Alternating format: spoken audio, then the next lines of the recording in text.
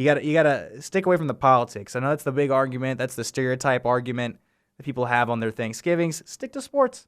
Make things easy. You can argue about sports and not want to punch your uncle. All right. It's 2020 election season's coming up. I mean, there's gonna be a lot of funny news stories coming out this upcoming weekend. Welcome to the Rines Report with your host, Tristan Blake Rines.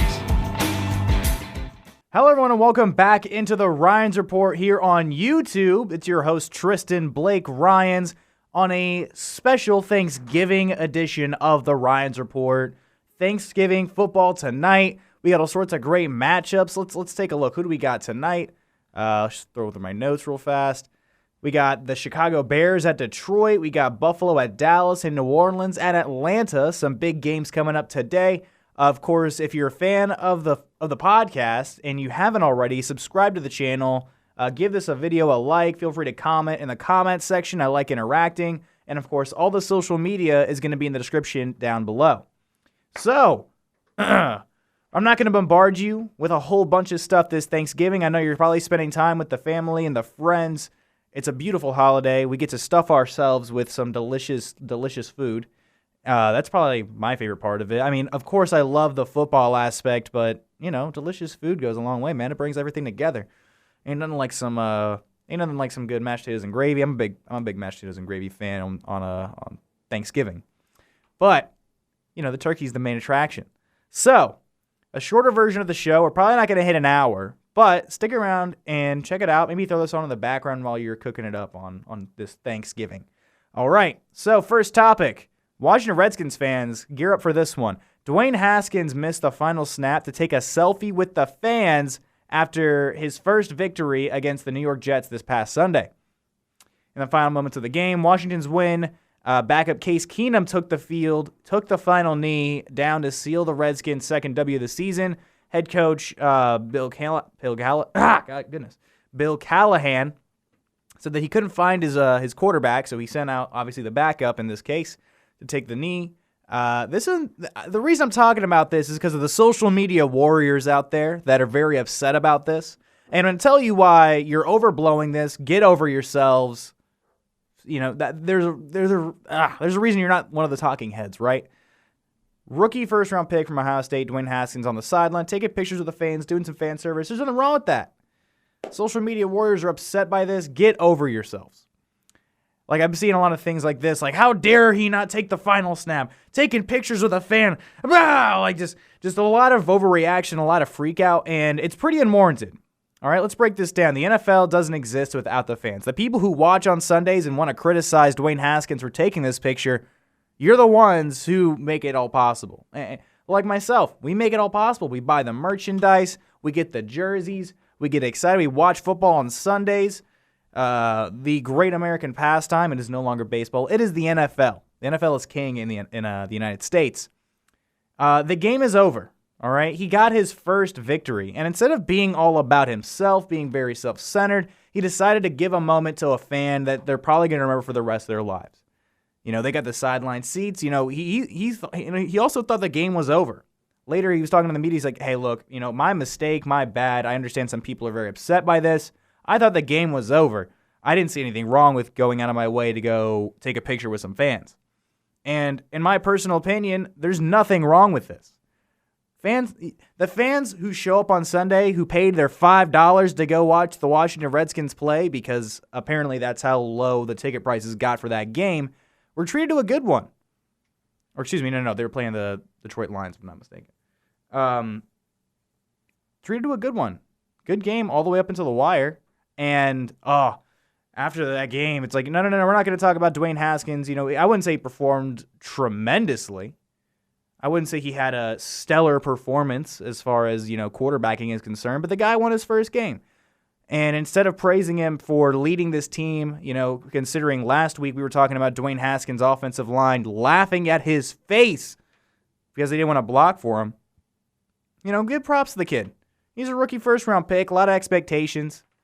Good for him. He got a win. But no. Let's chastise and vilify this guy for being good to the fans who stayed and watched the game, who spent their hard-earned dollars to get those sideline seats. And not every fan gets to take a picture with the team. I understand. You just get a good spot to watch it. You maybe hear a couple things coming from the sideline you wouldn't have typically heard on an NFL broadcast.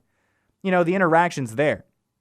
Interaction's fun. That's why you pay, I don't know, like $400 to go watch a game just right there on the field almost. Oh, man. Oh, no. How dare he go take a picture with the fans, the people that are passionate about this team, willing to spend that kind of money. Ugh. Who could have thought, right? Goodness. It's like, oh, man, yeah, he would have done it after the final whistle. It's like, okay, fine. They do this all the time, and I understand from the standpoint, it's like, okay, he needs to be professional, needs to be on top of his game, but it's like, I don't think this is that big of a deal. People are very, very upset at this. Oh, Dwayne Haskins, such a terrible teammate for not being on the field. Get over yourself. That's the word. Let's talk about the MVP race so far. All right? 2-horse race here. It is a 2-horse race. The last time we checked the field, it was, Russell Wilson, Christian McCaffrey, Aaron Rodgers, Deshaun Watson, Lamar Jackson, who is now in the conversation, was a little on the outside looking in. Now that we're 12 weeks through the NFL season, Lamar Jackson is right there, and he's leading it. I'm saying it right now. Hot take, Lamar Jackson is the favorite. Not so hot take, really. Lamar Jackson's the favorite in the MVP voting right now. The kid's unique. He has incredible speed. He's elusive. He just became the fastest quarterback ever in Madden. Michael Vick, giving him the props, got the cleats for him and everything in case you're on the social media. In a pass-heavy league, the Ravens are exposing defenses by running the ball down their throat, and this offense works because of Lamar Jackson. Joe Flacco ain't running we don't even know what his 40 time was because I guess, in preparation for playing in the NFL, he was like, I don't want anybody to know how fast I'm running the 40-yard dash. But he is by far the fastest quarterback in the game. His statistics, 66.9 completion percentage, 2,400 plus passing yards, 24 touchdowns, 5 interceptions, and 111.4 passer rating. On the rushing side, he's on pace for 1,250 rushing yards, 876 yards so far, 6 touchdowns to 5 fumbles. I'm pretty sure fumbles are accounted with, just being back in the pocket, someone smacks the ball at your hand. So running, I have no idea. He's led this team to a 9-2 record, currently a Super Bowl favorite, definitely one of the favorites coming out of the AFC, could possibly end up as the number 1 seed if New England drops a couple games and the Ravens continue to just roll over teams. Their biggest test coming this Sunday, easily the biggest matchup this weekend versus the 49ers. We're going to see just how prepared, because he went against New England coming off a bye in Baltimore, Sunday Night Football, all the energy's there, all the hype's there, and he came out with a big victory over New England. I mean, this Ravens team, I would say, honestly, the biggest test they have right now is this Sunday night matchup against the 49ers. 49ers historically, or not even historically, this season have been a very, very strong running against the run defense. The passing defense has improved tremendously. Richard Sherman playing very good football. The entire secondary, the entire defense is young, full of youth. Fred Warner in the middle. I like that defense as a whole. This is going to be the biggest test Lamar Jackson has all season. He's not taking, and for someone who runs as much as Lamar Jackson does, he's not taking aggressive hits, getting out of bounds, not lowering his shoulder against linebackers. He's not doing anything that's unnecessary to pick up yardage. So Lamar Jackson, number 1 in the MVP vote. Number 2, but he's close. He's very close, is Russell Wilson. Probably has the best arm in football this season. 9-2 on the year. Has all the weapons he needs. Chris Carson's got 1,000 yards rushing. This is a run-first team, by the way. Tyler Lockett playing great football. DK Metcalf, Josh Gordon, the newest addition. He's got all the weapons. Dwayne Brown, Hollister has turned out to be a very good option, and that tight end spot for them, formerly of the New England Patriots, has played very solid. Every time I watch a Seattle Seahawks game, I'm seeing Hollister all over the field. Let's see. His statistics, 67.3% completion percentage, very solid. Almost 3,000 passing yards, 24 touchdowns to 3 interceptions versus Lamar's 5. Rushing, he's not nearly the runner Lamar is. I don't think anybody is since the days of Michael Vick in his prime. 271 rushing yards, 3 touchdowns. So he's taking his runs where he can get them. But he's not. Russell Wilson is one of the most elusive quarterbacks I've probably ever seen as far as, sitting back and being elusive to open up the passing game. And he beat the best team in the NFL in the San Francisco 49ers in San Fran. One of the best teams in football, the San Francisco 49ers. He's making a lot of big-time throws. They're stretching the field. He probably has the best deep ball in the NFL right now. I'm excited. I've been saying this for years. Russell Wilson has been playing at an MVP caliber clip. He's been my prediction at some point within the last 3 or 4 years. Last year I got close with Phillip Rivers. The year before that I think I'd picked Wilson. I want to say I picked Wilson again coming into this season. I'm not sure. But I'm excited to see what's going to happen between these two. Going down the stretch, I really like Russell Wilson.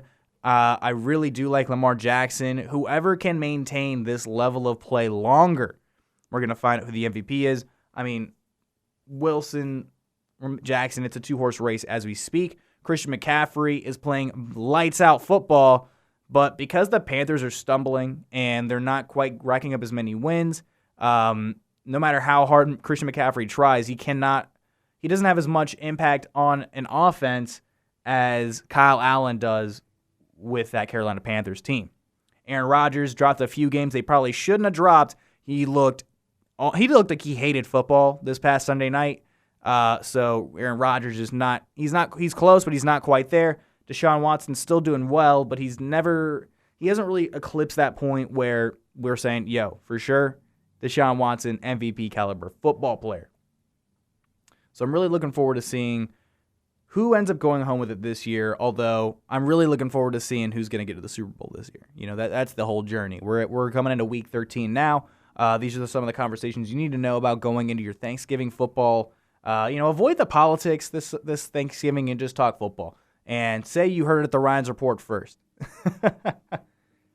So, on this Thanksgiving edition of the Rines Report, let's move into our reoccurring segments. I told you this was going to be a shorter show. This is mostly in service of, hey, I want to make sure you guys are spending plenty of time with your family. I know it's Thanksgiving, so a little bit of a shorter show, but we're going to move right into our Contenders and Pretenders of the week. Now, here's the thing.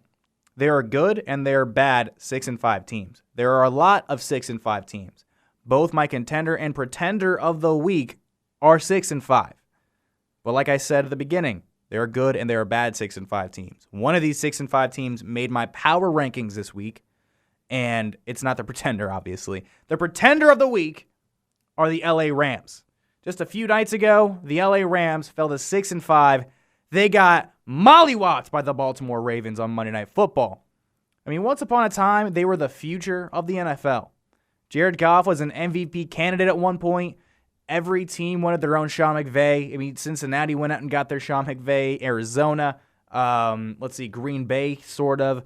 They all wanted their Sean McVay. This defense led by Wade Phillips was aggressive. It had some swagger to it coming out of L.A., and now there is no confidence on either side of the ball. Most notably in Jared Goff. This team performed like a wet blanket on Monday Night Football. They were getting trampled by the running game of the Baltimore Ravens, which most people have, but the the LA Rams didn't even put up a fight on defense. They double-teamed Aaron Donald and just kept running the ball.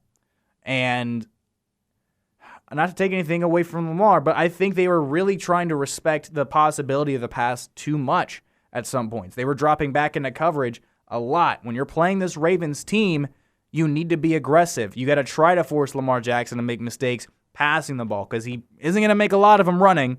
And you got Mark Ingram. You got, what's his name? Gus Edwards. Two solid running backs coming out of that backfield.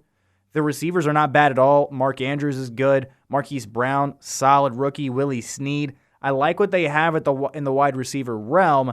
They do enough to make this offense tick. Now, the LA Rams didn't do any of that. It's fine, drop back into coverage and you think you got your receivers covered, but they let Marquise Brown score 2 touchdowns in the first quarter. They didn't play good enough defense. First off, they let the Baltimore Ravens score 45 on them. And the Ravens, best offense in football right now, they're really good, but you need to at least try to take away their strength, and they didn't even attempt to do it. They didn't even attempt to slow down the run game. That's the biggest and most sad thing about this past performance. Got absolutely demolished. They didn't even put up a fight. As soon as the Ravens got up 14 on them, the Rams were like, you know what? We're just gonna play for checks. Let's just try to stay healthy. And we're gonna be kind of idle here. We're not even gonna really try to do. No. The Ravens made you guys look like you suck. This Rams team was in the Super Bowl within this past season. I mean, maybe defenses finally figured out how to stop Sean McVay. The Patriots certainly did. The Bears did last season, and I think everybody started watching a lot of film. They get, hey, Jared Goff's having a really tough time throwing against his not hot route. We take away if our defense is smart enough, which NFL defenses and defensive coordinators can recognize these kind of things, and hey, look for this this Sunday, blah blah. They have been taking away just like everything for this LA Rams offense. And look, limiting snaps for Todd Gurley doesn't help anything either. They're not getting the ball to Robert Woods, Brandon Cooks. No one on this Rams offense is getting the ball efficiently. And that's what's killing them. There's a ton of talent, no confidence. This team in that challenging division is going to be left in the dust if something doesn't change in the next 3 years.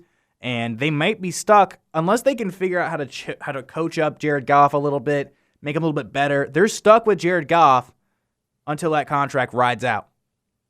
The remaining schedule, they got Arizona this week in Arizona. They could probably lose this game. Then they're versus Seattle in LA. Seattle's looking dominant. They're not going to win that. At Dallas, Dallas is a talented team too. This Rams team doesn't have any confidence. Give me Dallas. At San Fran, give me a break. It's not even going to be close. Versus Arizona at home, they could probably get the win there. The way it's looking to me is this LA Rams team is going to finish outside the playoffs. The NFC's challenging. They're going to finish around 7-9, 8-8 at best if they get another victory within that slate. This LA Rams team has given me no hope for the future. I'm not calling this franchise dead in the water after 3 seasons in LA, but they need to figure something out. I'm not saying Sean McVay's even on the hot seat here, but something needs to change in LA. You put 2 teams there, one of them ain't doing so hot. If this team starts falling apart, who knows what's going to happen? That's your Pretender of the Week. All right, now it's time to get to our Contender of the Week. Like I said, 6 and 5 teams. There's some good, there's some bad. This is one that made number 10 on the power rankings this week here in the Rines Report. The Contender of the Week are the Tennessee Titans. Now, a few weeks ago, I want to say like a month ago now, I was talking about this Titans team as this team might as well be, just folded up. This season's done, it's over with. Marcus Mariota's terrible. The offense can't get moving. They haven't had a 1,000-yard receiver. They've only had 3 in like the last decade, blah, blah, blah. What a turnaround. In their last 5 games, they're 4-1. Wins over Kansas City, Indianapolis, the LA Chargers, Jacksonville. So not some not bad teams at all. Ryan Tannehill is playing some inspired football and looks like he may be their future at quarterback. Wild, right? Dolphins fans. Dolphins fans must be pretty frustrated with with that statement right now. I once said, like I said, this Titans team was terrible because of terrible quarterback play. Well, they're looking good. Like I said, Ryan Tannehill playing inspired football. He had 2 rushing touchdowns this past Sunday, and they smacked the Jacksonville Jaguars. Derrick Henry is bowling people over. This team has power and has a spark, and they have momentum. They're in the hunt for the AFC playoff spot. I don't know if they're going to win the division. They're going to pull it out from the Houston Texans, but they're close. They're really close. Indianapolis is also good. Jacksonville, I wouldn't count them out. But this Tennessee team seems to have a lot of momentum right now. I would keep my eye on them moving forward. The remaining schedule, they have at Indianapolis this week. I'm going to say it's a W. They're better than they were when they played them last time. And Indianapolis doesn't seem to be able to figure things out. At Oakland, following that, I think it's another win. Oakland's a little hit or miss. Houston, I think they'll lose to Houston both times, so in week 15 and 17, because Houston's going to try to win that division. And then versus New Orleans, I think they take a loss. But if they finish around, let's say they turn one of those losses into a win, I think they could very well finish around 9-7, maybe 8-8. They could possibly get some of those surprise W's, some surprise wins. I like this Titans team. Jarrell Casey, Cameron Wake, Rashawn Evans, Harold Landry, Logan Ryan. Like, the defense is good. Kevin Byard, Malcolm Butler, Kenny Vaccaro. They have some good players in the secondary. They have some good players all over the field on that defense. If the offense clicks the right way, they're going to be an interesting team to watch come the playoffs. The AFC, in my opinion, is almost entirely wide open except for the Patriots and the Ravens. Those two teams seem like they're pretty solidified at the top of the AFC, but who knows? This Titans team could surprise some people, and I wouldn't be surprised if they ended up making a push and make a sliver of a chance get into the playoffs at this rate. So that's your contender of the week, and like I said, they're number 10 on the power rankings. We're scooting on in here. Let's get the power rankings rolling. Like I said, short show this week. I wanna keep it a little shorter just for the interest of, hey, look, it's Thanksgiving. People are gonna want to spend more time with their families. So, get your little Rines report in there. Get a little conversation starters, and just keep your eyes open for some stuff. But let's move into the power rankings. Number 10, Tennessee Titans. Like I just said, you could back the video up about 40 seconds and 3 minutes, and you'll see my entire argument for the Tennessee Titans. Number 9, the Kansas City Chiefs are going to sit there at 7-4. They're a top 10 team in the NFL, coming off of a bye week. Patrick Mahomes was dealing with that knee injury. I think they're going to be healthier.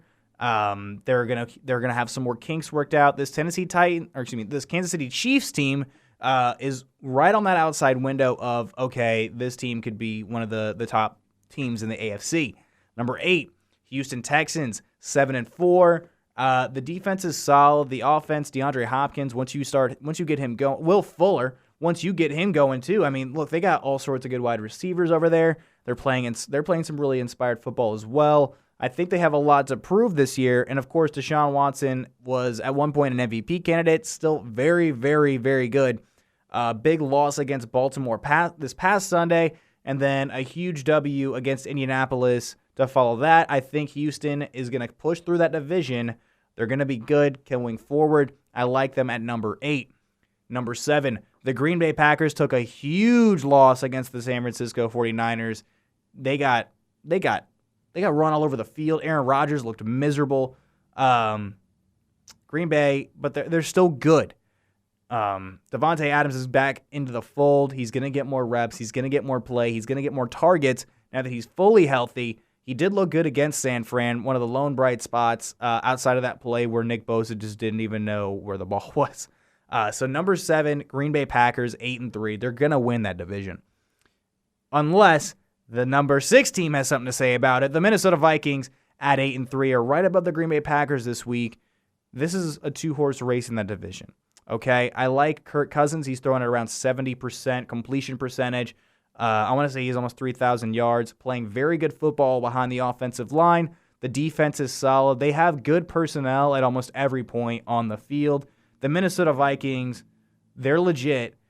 They could win this division. Green Bay, Minnesota matchups going later into the season, definitely something to watch.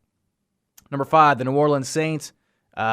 Pretty easy victory, if I'm not mistaken, this past Sunday against Tampa. So 9-2 New Orleans Saints. They're right on schedule. The defense is good.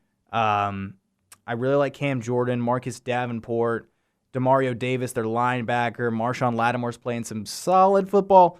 I haven't heard a lot about him this season, but you can't rule out Marshawn. He's been good. He's been good. Number 4, the New England Patriots. A dirty, wet, rough victory against the Dallas Cowboys on Sunday, but they're only getting healthier. This running game looked a lot better with Isaiah Wynn back into the fold. N'Keal Harry made a big touchdown, the only touchdown pass of the game. When it's wet and it's sloppy out there, it's harder to catch those balls. It's his only catch of the game. But New England, they're going to get better. People are talking about, Tom Brady, he's fallen off. He's not nearly as good. If you saw the offense this guy's had to work with, he had a stellar wide receiving core at one point, all the way up to this level, right near the top of the screen here, and then it slowly has just matriculated down to, all right, we got 3 guys that are healthy that can actually play receiver and start, so but we're just going to do our best. Tom's playing good football. Edelman's playing good football. They're only going to get healthier. Number 4, the New England Patriots. Number 3, the Seattle Seahawks. I talked about Russell Wilson being so good, and he is the reason why the Seahawks team is so high up on the list. They did drop back behind the Niners. I think the Niners picked up a step. Niners are at number 2, but back to Seattle real fast. No Jadeveon Clowney this past Sunday. I think they just need, as long as this team stays healthy, they're going to be in the mix to win that division. It's going to be a back-and-forth slugfest with San Francisco. Look for that matchup later on in the season in Seattle. Number 2, San Francisco. That defense. Nick Bosa, likely going to be one of the Defensive Player of the Year candidates. Definitely Defensive Rookie of the Year up to this point. Eric Armstead's got 10 sacks. DeForest Buckner, Solomon Thomas, Fred Warner, D Ford when he's healthy, Richard Sherman. This entire San Francisco secondary, this defense is very good. Kyle Shanahan has his offense running at 100%. They seem like they have it all figured out. I like San Fran. They're at 10-1. And of course, the Baltimore Ravens are once again at the top of the list for the power rankings. I got some Ravens friends that are going to be really excited to hear that. They destroyed the LA Rams on Monday Night Football. They're making statements left and right. Showboaty a little bit, but when you're winning like that, you got to have some swag. I can't put it all. I can't hold too much against you when you're just that good. So the Baltimore Ravens are at 9-2, deservedly so. The secondary is playing really good football. Lamar Jackson's an MVP candidate. Mark Ingram just destroying people. Does not avoid contact in the slightest. So number 1, the Baltimore Ravens. Now, let's move into our fantasy segment. Fantasy. I'm done calling it Copper Drop because every time I have to explain the drop segment, it feels like I'm reaching a lot. So I'm just cutting that out necessarily as far as the name goes, but I'm keeping the segment. We're just going to keep it simple. We're going to start or sit them. There you go. Because the people I'm talking about, you're not cutting these people. You're not dropping them. Whatever. Who you're going to sit, we're going to start with that. Sit Mark Ingram this week. And I know what I just said a few moments ago, that's controversial, right? But Mark Ingram's playing San Fran. San Fran's one of the top rush defenses in the entire NFL right now. I like San Fran's defense's odds. Sit Mark Ingram. I think he could possibly get a touchdown in this game, but don't expect him to pick up 100 yards. All right? Now, the second sit of the week, DeAndre Hopkins. Now, I wouldn't be encouraging, just if you're still going to start him, go for it. Stephon Gilmore's the best corner in football this season. He just allowed 0 catches to Amari Cooper this past Sunday. Number 1 against the pass entirely. Belichick likes to take away the best option. Before that was J.J. Watt, but now he's hurt. So they're going to be focused a lot on DeAndre Hopkins this week. Look for some double teams over the top. Look for Stephon Gilmore. Look for some safety help by Deron Harmon. They're not going to forget where DeAndre Hopkins is often. So it's a big matchup. I'm really excited to watch it. The best corner in football versus the best wide receiver in football. D-Hop, Stephon Gilly. Look forward to that one, but I'm thinking Gilmore's going to win this matchup. Brandon Cooks is your final sit of the week. Jared Goff's been struggling. This means Brandon Cooks is going to be struggling. I haven't seen a lot of highlights coming out of that offense entirely at all. I talked how they were the biggest pretenders of the week. So Brandon Cooks, sit him this week against Arizona. Don't expect him to do a lot. Robert Woods, one or the other. I don't think anybody's going to have a stellar day, if that makes sense. Let's move on to our starts of the week. Starts of the week right here on the Rines Report. Nick Foles versus Tampa. They're 31st against quarterbacks this season. Nick Foles had a rough game against Tennessee. I would say he was knocking the rust off, kicking it off his shoulders a little bit. I like Nick Foles' chances against this Tampa Bay Buccaneers secondary. I think him and DJ Chark are going to be a really good matchup, pairing against Tampa. Todd Gurley versus Arizona. I know I just said Jared Goff looked bad and Brandon Cooks probably not going to look very good, but I think they're going to start trying to work Todd Gurley more into this offense. Todd Gurley owners, start him this week. Arizona's number 23 against running backs. And then final start of the week, scary Terry McLaurin versus Carolina. They are 28th against wide receivers. McLaurin's been tearing it up. I wouldn't expect Washington to have a big day offensively, but I'm not putting anything past Terry McLaurin. I think he's going to have a big day against this secondary. And now, the moment we've all been waiting for. I mean, I feel like that might be one of the partial reasons people come and watch this show, is the picks. I had a few weeks ago, went 14-0. Last week, not too bad at all. I want to say I went 9-5. Pretty solid week by me last week. So let's move into our picks. It's Thanksgiving. It's Thursday football. One of the most exciting times of the year. You got the family and the friends all around you, to your left, to your right. Good times. Great people. Delicious food. And, of course, throw some football on top of it. The 1 p.m. game. Chicago at Detroit. Chicago's offense is terrible. It's awful. I've said it for weeks. I'm not gonna stop saying it. Their offense is terrible. I don't care if they're starting Jeff Driscoll. I don't know who their quarterback is this week in Detroit. Matthew Stafford's been hurt, but I think he's playing this Thursday. I haven't heard anything to the contrary. Give me Detroit. They will just put up more points. They are a better offense than Chicago's. Mitch Trubisky has zero confidence. I don't like quarterbacks with no confidence. So give me Detroit, 1 p.m. Thursday, 4 p.m. hour, the 4 p.m. window, whatever you want to call it. 4 p.m. Buffalo at Dallas. Dallas, I think they're going to try to avenge the loss against New England. Buffalo's defense is really good. Dallas's offense is all right. I think this is one of the big matchups. Like I've said for weeks, I think Buffalo's one of the biggest pretenders in football. If they can win this matchup against Dallas, I don't know how much of a difference that makes for me, but I think they could sneak their way into the power rankings if they do happen to beat Dallas. So this one's a tough game. I think it'll be a good game. I'm going to pick... this one's tough.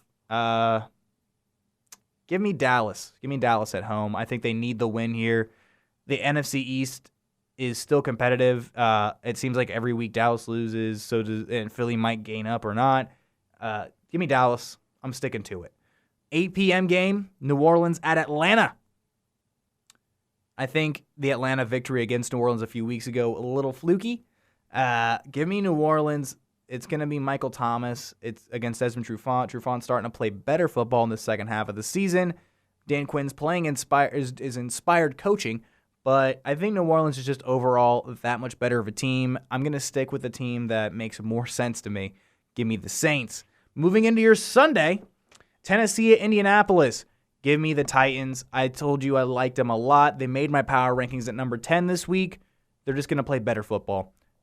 Excuse me. San Francisco at Baltimore. The biggest matchup of the week. I mean, easily. One of the biggest matchups this season to this point. I think San Francisco is going to have a good offensive day, but their defense is going to have, if their defense steps up and plays solid football and shuts the running game down even just a fraction, I'm going to take San Francisco here. Again, at Baltimore, I know, and Baltimore's hot. Both these teams are hot. This is enigma versus enigma. Give me the 49ers here. Give me the 49ers here. The New York Jets at Cincinnati, one of the most underwhelming matchups of the week. Give me the Jets. The Cincinnati Bengals are just terrible. Cleveland at Pittsburgh, the Myles Garrett versus Mason Rudolph matchup. That's not going to happen because Myles Garrett's suspended and Mason Rudolph's terrible, so he got benched for Duck Hodges. Give me Cleveland because why not? I think offensively they've also gotten a little bit better. I like Odell. I like Jarvis. Offensively, talent-wise, I think Cleveland's just more talented. Washington at Carolina, regional matchup here. Washington coming down like a couple states, and there you go. But they're terrible, so give me Carolina. Christian McCaffrey's going to have a good day. Green Bay at the New York Giants. Aaron Rodgers is going to be looking to make up against that for that terrible performance against San Francisco. Give me the Packers. Tampa Bay at Jacksonville. Tampa Bay is so hit or miss this year. Give me Jacksonville, Nick Foles, and DJ Chark to have a big day. The 4 p.m. hour. The LA Rams at Arizona Cardinals. I told you earlier I have no faith in this this Rams team. So give me the Arizona Cardinals. Oakland at Kansas City. Oakland's playing solid football, but not good enough, in my opinion, to beat KC. Coming off of a bye in Kansas City, give me the Chiefs. LA Chargers at the Denver Broncos. This one might be closer than it should be, but I'm going to stick with the Chargers on this one. In Mile High, I think that offense is going to be a little bit better than the Broncos' defense, but this one could be closer than expected. Sunday Night Football, the New England Patriots at Houston. Houston has never beaten Bill Belichick and Tom Brady, so give me the New England Patriots.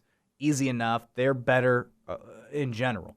Monday Night Football, another really good matchup. Minnesota at Seattle. Kirk Cousins, Russell Wilson, Xavier Rhodes, Stephon Diggs, Tyler Lockett, DK Metcalf, Jadeveon Clowney, all sorts of really good players across the board here. Give me the Seattle Seahawks to finish it off on Monday Night Football. Thank you guys so much for watching the Thursday edition, the Thanksgiving edition, of the Rines Report. I hope you have a lovely, lovely time, enjoying time with your family. Stick away from the politics. Stick to sports. That's my philosophy when it comes to Thanksgivings. Have a safe and wonderful Thanksgiving. Enjoy yourselves. Enjoy your family. Enjoy your friends. And enjoy some football. You've been listening to the Rines Report here on YouTube.